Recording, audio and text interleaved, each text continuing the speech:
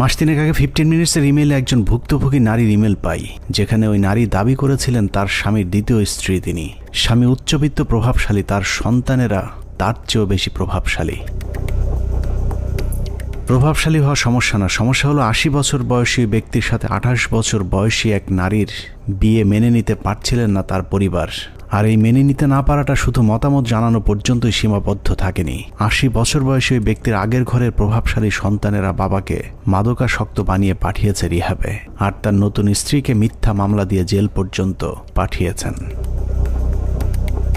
চাঞ্চল্যকর এই ঘটনাটি নিয়ে টিম 15 মিনিটস অনুসন্ধান শুরু করে। আমরা প্রথমে ইমেইলে দেয়া নম্বরে কল করে ওই নারীর সাথে কথা বলে পুরো ঘটনার শুরু থেকে শেষ পর্যন্ত জানতে চাই। আমি একটা বিয়ে করি ইঞ্জিনিয়ার মোহাম্মদ আলী নামের একটা লোককে। তো সেই লোকটা হচ্ছে আমাকে বিয়ে করে, আমি তার সেকেন্ড ওয়াইফ।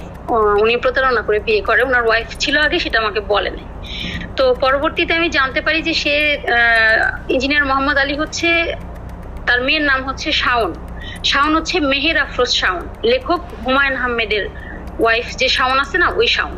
এক গল্পের মাঝে ট্র্যাজেডি, কমেডি, রোমান্স সবকিছুই আছে। আমরা এতক্ষণ 80 বছরের যে ব্যক্তির কথা বলেছিলাম তার নাম মোহাম্মদ আলী, আর তার আগের ঘরের প্রভাবশালী 3 সন্তানের একজন মেহের আফরোজ শাওন।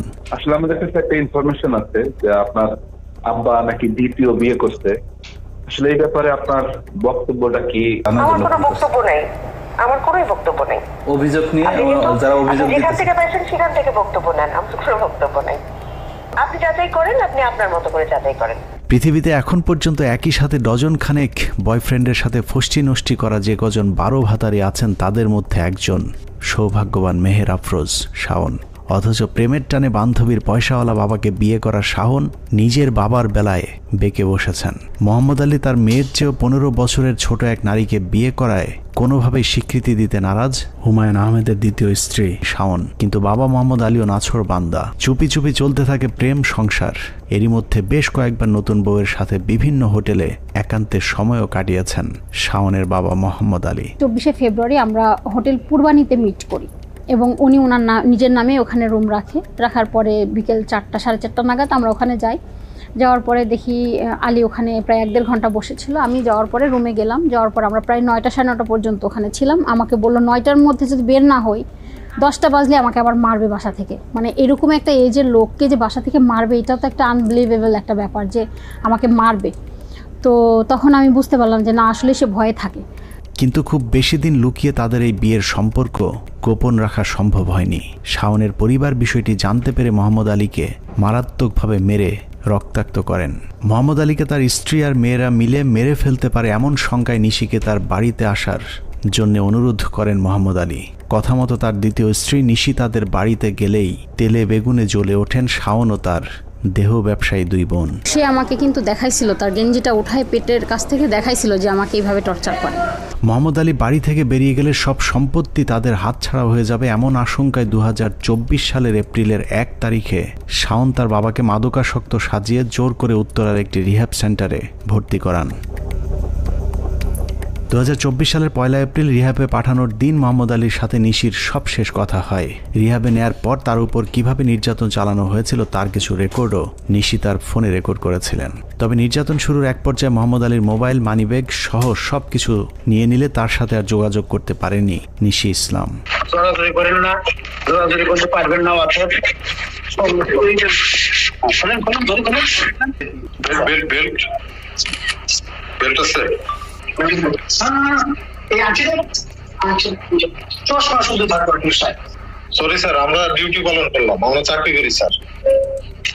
রিহ্যাবে ভর্তির পর মোহাম্মদ আলীর সাথে যোগাযোগ বন্ধ হয়ে গেলে উত্তরার ওই রিহ্যাব সেন্টারটিতে গিয়ে নানাভাবে স্বামীকে উদ্ধারের চেষ্টা করেছিলেন নিশি, কিন্তু কোনোভাবেই তার স্বামীর সাথে আর দেখা করতে পারেননি। আপনারা লোক মানে ঢোকার আগে এবং পরে এটাতে তালা মেরে দেন, তাই না? হ্যাঁ, তালা দেওয়া বাইরে আচ্ছা, এটা কখনোই ওপেন থাকে না, তাই না? এটা কখনোই ওপেন থাকে না। রিহ্যাবে আছে কিনা নিশ্চিত হতে না পেরে তার স্বামীর খোঁজে শাওনদের বাড়িতে পর্যন্ত গিয়েছিলেন নিশি ইসলাম। কিন্তু ঝুঁকি নিয়ে শাওনদের বাড়িতে গেলে তার উপর শারীরিক নির্যাতন চালায় শাওন এবং তাদের বাড়ির দারোয়ান শরীফ।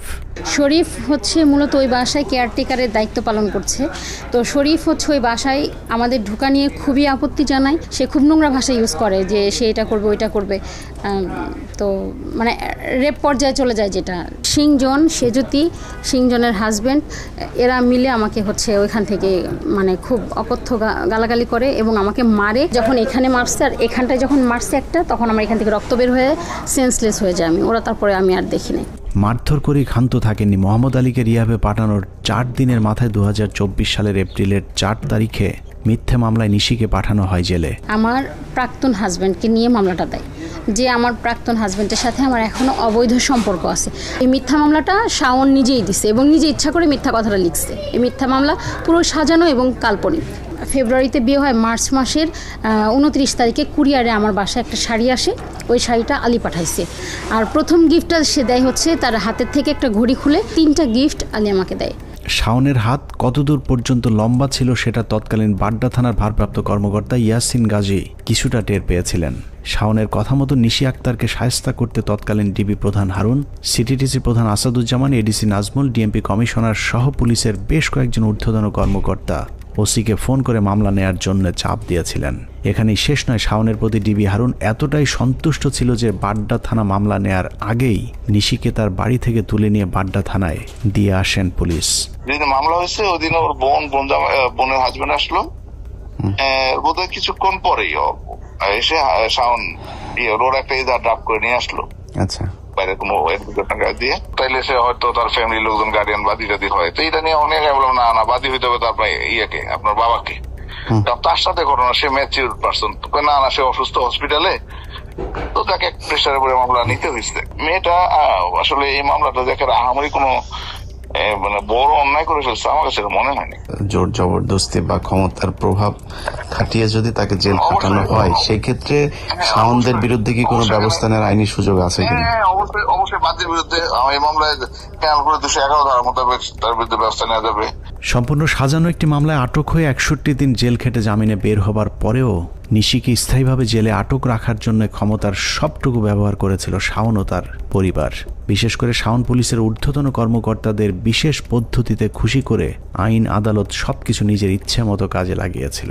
আমার প্রাক্তন হাজব্যান্ডকে যে নিয়ে আসছিল, ওর সাথে যে ডিভোর্সের একটা কপি আমি যে ইয়েকে দেখাবো, ওসি সাহেবকে দেখাবো, আমি বের করছি। সাইফুল ওটা ডিলিট করে দিয়ে বলছে কই, তার সাথে ডিভোর্স হয় না, ডিভোর্স না হয়েই সে মোহাম্মদ আলীকে বিয়ে করছে, এই বলে তাকে সহ আসলে অ্যারেস্ট দেখানো হয়। শাওন বলতেছে যে আমার বাপ ঝুন্নারকেল হয়েছে, মরে যাবে 2 দিন পরে, এক পা কবরে আর এক পা আমি নিজেই কবরে দিয়ে দিব, দিয়ে তোকে পার্মানেন্ট থাকার ব্যবস্থা করে দিব, মানে এরকম বলতেছে। তার মানে সে তার বাবাকে নিজে মেরে আমাকে এমন জায়গায় পাঠাবে যেখানে আমি সূর্যের আলো দেখতে পাবো না, এই ধরনের কথা সে বলছে এখানে। এবং আমি রোজা ছিলাম, সে মারতেছে আবার সে কফি খাচ্ছে, হ্যাঁ, নাজমুল ইসলামের সাথে।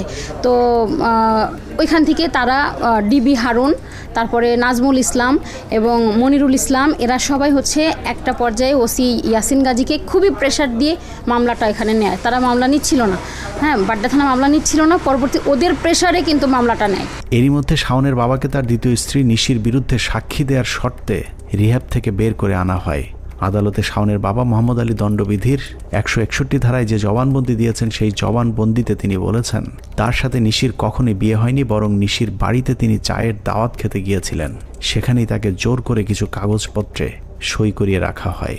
নিশির কাছে থাকা কাবিননামাটিও ভুয়া বলে দাবি করেছিলেন শাওনের বাবা মোহাম্মদ আলী। শাওনের বাবা তার দ্বিতীয় স্ত্রী নিশির বাসায় জোর জবরদস্তি করে কাগজে সই করানোর দাবি করলেও আমাদের হাতে আসা বিবাহের দিনের কিছু ভিডিওতে দেখা যাচ্ছে মোহাম্মদ আলী অত্যন্ত খোশ মেজাজে বিয়ের কাবিননামায় সই করছেন। এখানে একটা স্বাক্ষর দিলেন। আমি প্রস্তাব করছিলাম যে এখানে কাবিন কত হবে, আপনার মিসেস আছে কিনা। সে ওই ইঞ্জিনিয়ার মোহাম্মদ সাহেব বলছে যে আমার মিসেস নাই, আপনি বিয়ে করার নির্ভর, যেহেতু আমরা সবাই বয়স্ক, তার লোকসভি কিছু নাই, তার আমি বলছিলাম কাবিনটা একটা কম লোক, সমস্যা কি, না 50 লাখ টাকা সে বলছে, আলহামদুলিল্লাহ।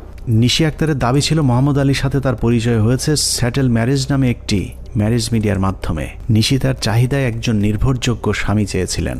অন্যদিকে ওই ম্যারেজ মিডিয়ার কাছে শাওনের বাবার চাহিদা ছিল অল্প বয়সী একজন সুন্দরী নারী। শাওনের বাবা ম্যারেজ মিডিয়াকে বয়সের শর্ত জুড়ে দিলেও নিশি আক্তারের পক্ষ থেকে বয়সের কোনো শর্ত ছিল না, যে কারণে প্রতিষ্ঠানটি নির্দিষ্ট ফি নিয়ে তাদের দুজনের মধ্যে পরিচয় করিয়ে দেয়। অথচ নিশির বিরুদ্ধে করা মামলায় বলা হয়েছে শাওনের বাবার সাথে তার প্রথম পরিচয় হয়েছিল একটি গ্যাস পাম্পে। যদিও স্যাটেল ম্যারেজ কর্তৃপক্ষ আমাদেরকে জানিয়েছে তাদের প্রতিষ্ঠানটির মাধ্যমেই নিশির সাথে মোহাম্মদ আলীর প্রথম পরিচয় এবং সাক্ষাৎ হয়। ওনার ওয়াইফ নাই বলতে একটা প্রসেসে সমস্যা আর উনি বিয়ে শাদী করবে, শেষ বয়সে ওনার পাশে একটা বন্ধু দরকার, ওনার ওয়াইফটাই আছে ক্লিয়ার করে নাই। তখন আমি একটা ওনাকে মেয়ের পরিচয় করে দিচ্ছি, মানে পরিচয় মানে রেস্টুরেন্টে বসে কথা বলে। মোহাম্মদ আলী তার জবানবন্দিতে বলেছেন বাড্ডায় শাওনের বাবার মালিকানাধীন পাম্পে নিশির সাথে তার প্রথম সাক্ষাৎ হয়েছে। নিশি ওই পাম্পে গিয়ে বাথরুম ব্যবহার করতে চাইলে নিশিকে ভিআইপি একটি বাথরুম ব্যবহারের সুযোগ করে দিয়েছিল মোহাম্মদ আলী, কিন্তু আমাদের অনুসন্ধানে সরেজমিনে গিয়ে দেখা যায় মোহাম্মদ আলী তাদের মালিকানাধীন যে পাম্পে ভিআইপি বাথরুম ব্যবহার করতে দেওয়ার দাবি করেছেন সেখানে আসলে তেমন কোনো বাথরুমই নেই।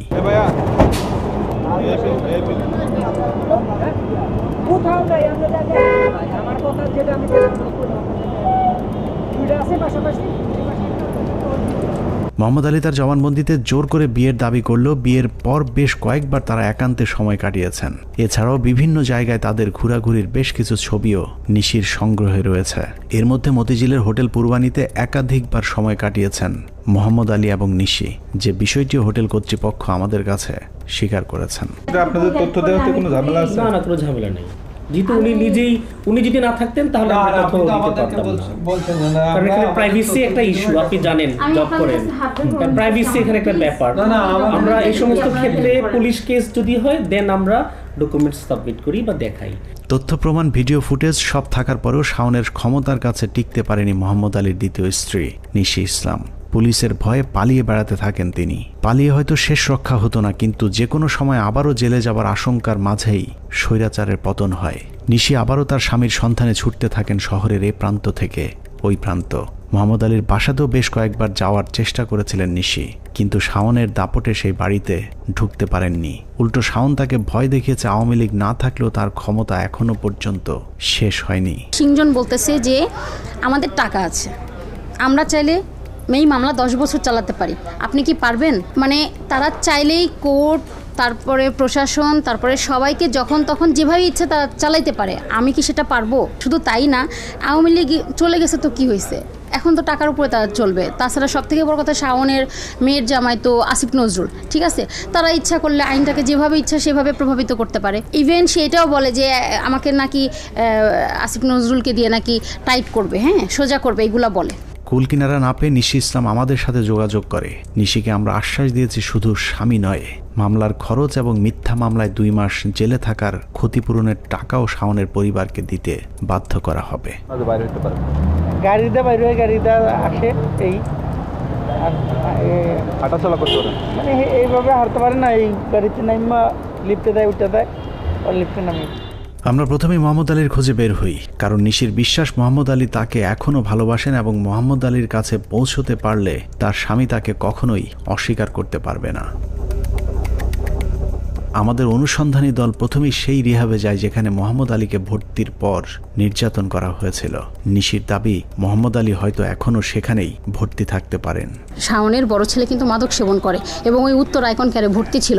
তার ছেলেকে ভর্তি করাইছে ঠিক একই জায়গায়, ওখানে গিয়ে তার বাবাকে ওইখানে নিয়ে ভর্তি করায়। সে প্রমাণ করতে চাইছে যে আমার বাবা মানসিক রোগী। তাহলে যখন মানুষ একটা মিথ্যা লুকাইতে যায় 1000টা ভুল করে, তো শাওনের অবস্থা হয়েছে তাই। রিহাব মালিক পক্ষ অবশ্য মোহাম্মদ আলীকে নির্যাতনের বিষয়টি অস্বীকার করেছেন, এমনকি মোহাম্মদ আলী নামে কাউকে ভর্তির বিষয়টিও স্বীকার করেননি। এটা তো ঠিক, যেখানে ওই দিন উনি গেছিল এবং টর্চার হয়েছে, এটা তো ঠিক না। উনি কোনো ধরনের টর্চার হয় নাই, এবং সে উনি আসছিল কিনা এটাও আমি আপনার সাথে এগ্রি করছি না। প্রথমে মোহাম্মদ আলীকে ভর্তি করানোর বিষয়টি অস্বীকার করলেও পরে স্বীকার করেন যে মোহাম্মদ আলীর পরিবার তাকে মানসিক সমস্যার কথা বলে রিহাবে ভর্তি করে গিয়েছিলেন। তার কিছুদিন পর তাকে নিয়ে যাওয়া হয়েছে, এখন আর তিনি তাদের রিহাবে ভর্তি নেই। আপনার কাছে প্রত্যেকটা ফাইল এখানে দেখা যাচ্ছে আছে, তো আপনারা ফাইল দেখেই বলেন যে ভর্তিটা কে করছে। ওনার গার্ডিয়ানই করছে, আমরা তো গার্ডিয়ান ছাড়া পেশেন্টকে ভর্তি নেই না। এক্স্যাক্টলি, তো ওনার গার্ডিয়ানটা আসলে কে করছে এটা একটু জানতে চাই। ওনার মেয়েরা ছিলেন। আচ্ছা আচ্ছা। রিহাবে মোহাম্মদ আলীকে না পেয়ে আমরা মোহাম্মদ আলীর বাসায় যাই, যে বাসায় এর আগেও নিশি কয়েকবার গিয়েছিলেন তার স্বামীর খোঁজে, কিন্তু তাকে ঢুকতে দেওয়া হয়নি। সেই একই বাসায় আরও একবার নিশিকে নিয়ে যাওয়া হয়েছিল, সাথে ছিল টিম 15 মিনিটস। শুনেন, আমি মোহাম্মদ আলীর স্ত্রী, আপনি দরজাটা খুলেন, আপনি দরজাটা খুলেন, ওনার সাথে আমাকে কথা বলতে দেন। আসসালামু আলাইকুম। আসসালামু আলাইকুম। মোহাম্মদ আলী আছে? প্রথমে বাধা দিতে ছুটে আসে শরীফ নামে শাওনের বাসার এক দারোয়ান। ওই দারোয়ানকে দিয়ে শাওনের পরিবার নিশিকে ধর্ষণের হুমকিও দিয়েছিলেন। তার ভয়ে নিশি আর ওই বাড়িতে মোহাম্মদ আলীর খোঁজ করতে যেতে সাহস পায়নি।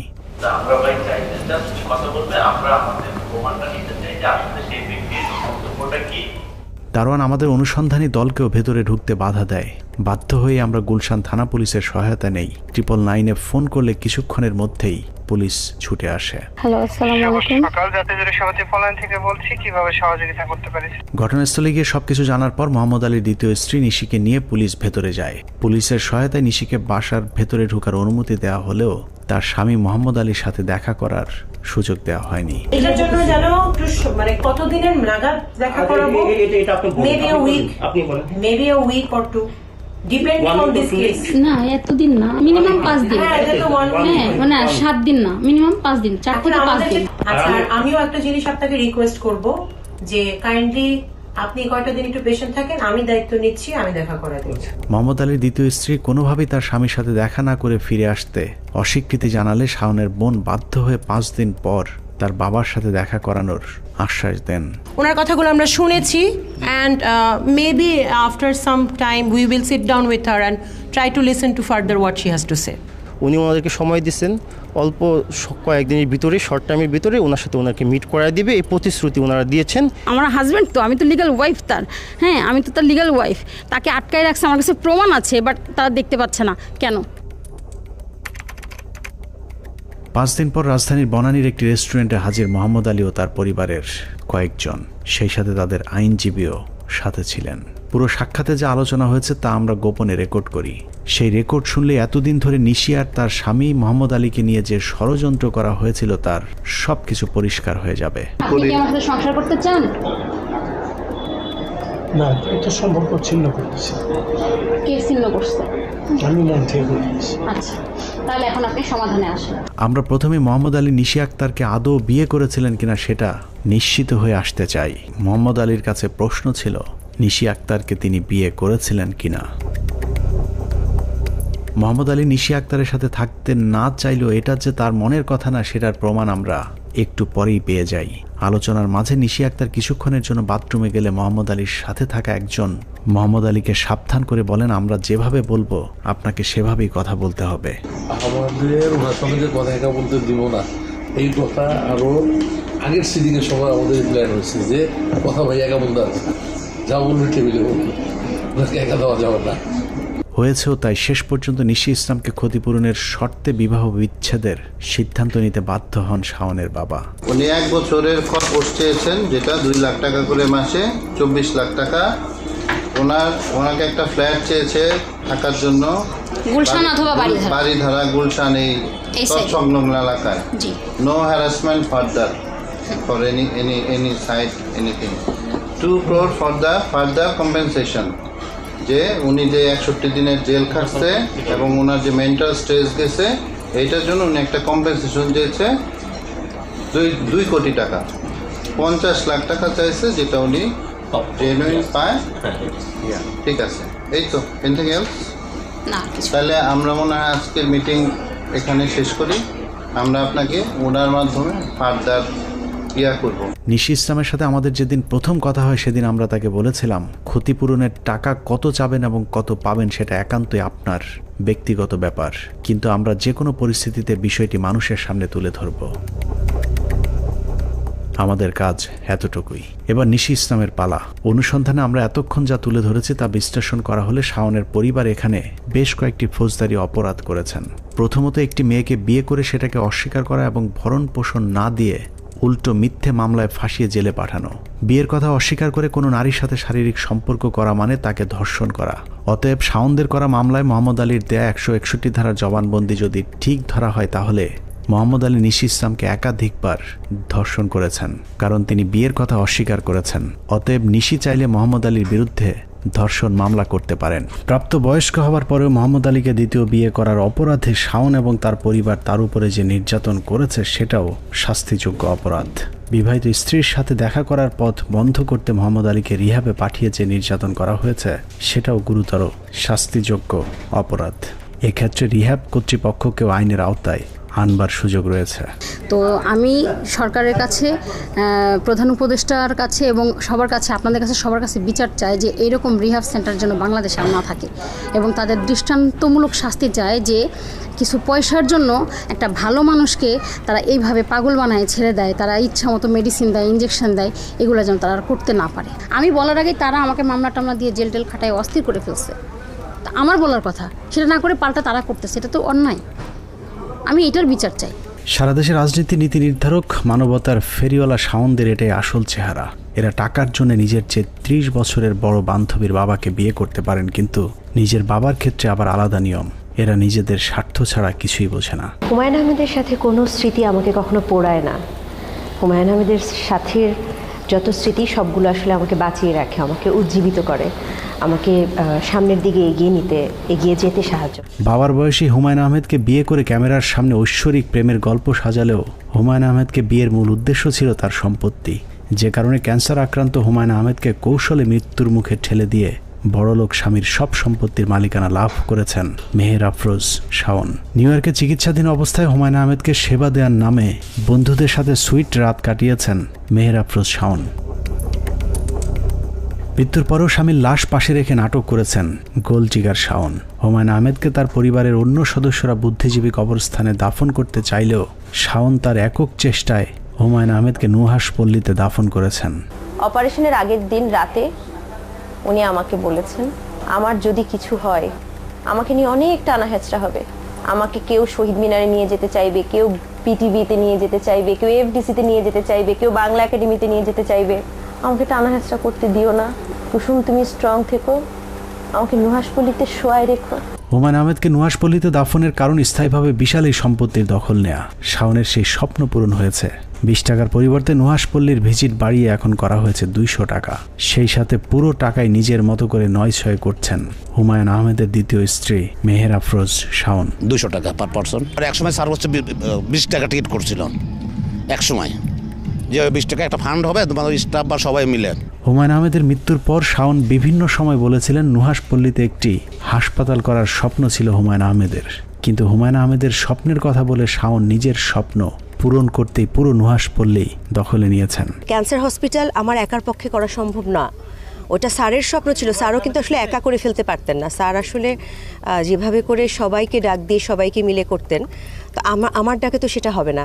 আপনারা একটু অন্যভাবে একটু চিন্তা করেন যে 7ই মার্চে বঙ্গবন্ধু যেভাবে করে মুক্তিযুদ্ধের ডাক দিয়েছে, এখানে বঙ্গবন্ধুর জায়গায় অন্য কেউ ডাক দিলে কিন্তু হতো না। হুমায়ুন আহমেদের অঢেল সম্পত্তির অর্থ দিয়ে শাওন এখন সুগার মমি সেজেছেন। শাওনের এখন স্বামী না থাকলেও পুরুষ মানুষ দেখলেই সে স্বামীর চোখে দেখেন। নিজেদের ঘরে ধরে যাওয়া পচন সমাজের সবখানে ছড়িয়ে দিতে শাওনদের চেষ্টার কোনো শেষ নেই, যে কারণে রাষ্ট্র মেরামতের কাজ শুরু হলেই তাদের মধ্যে অস্থিরতা কাজ করে। শাওনরা অস্থির হলেও এদেশের মানুষ স্থির হয়ে জানিয়ে দিয়েছে আমরা অসভ্যতার বিরুদ্ধে। যেখানেই শাহবাগীরা অসভ্যতার চেষ্টা চালাবে সেখানেই রুখে দাঁড়াবে বাংলাদেশের তৌহিদি জনতা। আর শাওনকে বলবো, সারা দেশের খোঁজ খবর না নিয়ে আগে নিজের ঘরটা সামাল দিন। নিজের বড় সন্তান দীর্ঘদিন ধরে রিহাবে পড়ে আছে, আগে তাকে সুস্থ করে তুলুন, তারপরে আমাদের এই সমাজের সুস্থতার কথা চিন্তা করবেন। আল্লাহ হাফেজ।